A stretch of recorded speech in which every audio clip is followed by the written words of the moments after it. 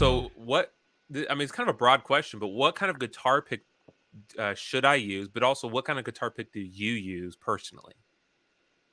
Also, a great question. The type of pick that you use has a huge difference, makes a huge difference with how you enjoy playing and how you like your sound, right?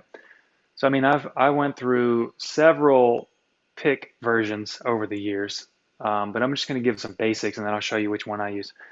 I'm going to give you some basics about why you would choose different picks. So, the most general form of picks is the thickness, right? So, we have really thin picks, we have really thick picks. Why would you choose one over the other? Well, the thin picks are generally for like strumming an acoustic guitar or like light strumming or some kind of rhythm guitar kind of playing where you're just doing a bunch of strumming. It's really easy, really soft sounding on the strings. As you start to get thicker, what changes when you're playing is the speed at which you can play individual strings.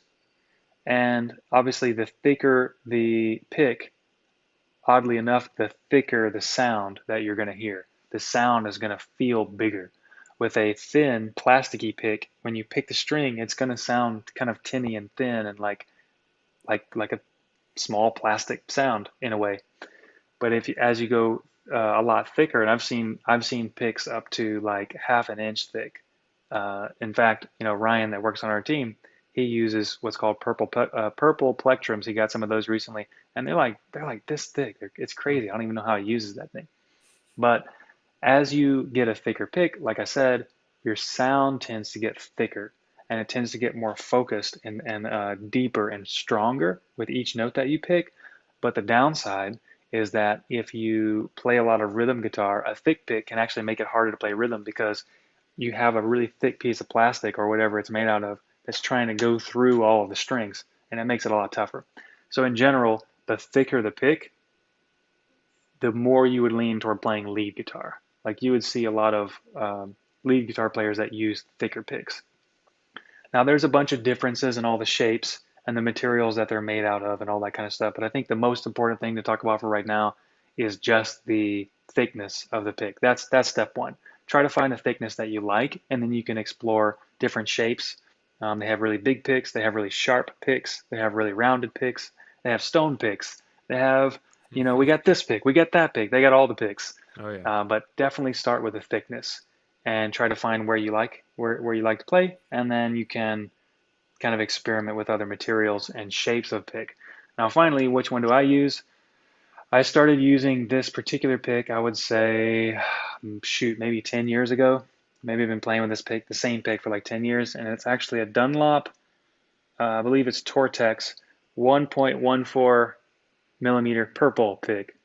I used to use the Dunlop 1.14 millimeter green picks, except they were a little smaller than this, and the sound was a little bit duller. I think because the edges were a little bit more rounded, so it didn't give me enough attack. But this particular pick for me, like I like the sound of a thick,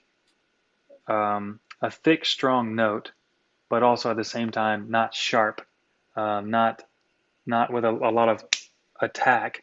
That's kind of more rounded sounding. Like remember, I like to play kind of like jazzy type sound, jazz fusion type stuff. So I tend to prefer that more muted type sound.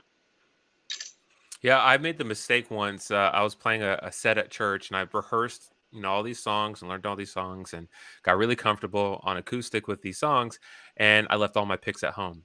So I turned to the lead guitar player and said, "Dude, do you have any picks?" He's like, I keep a pick on me just for this reason."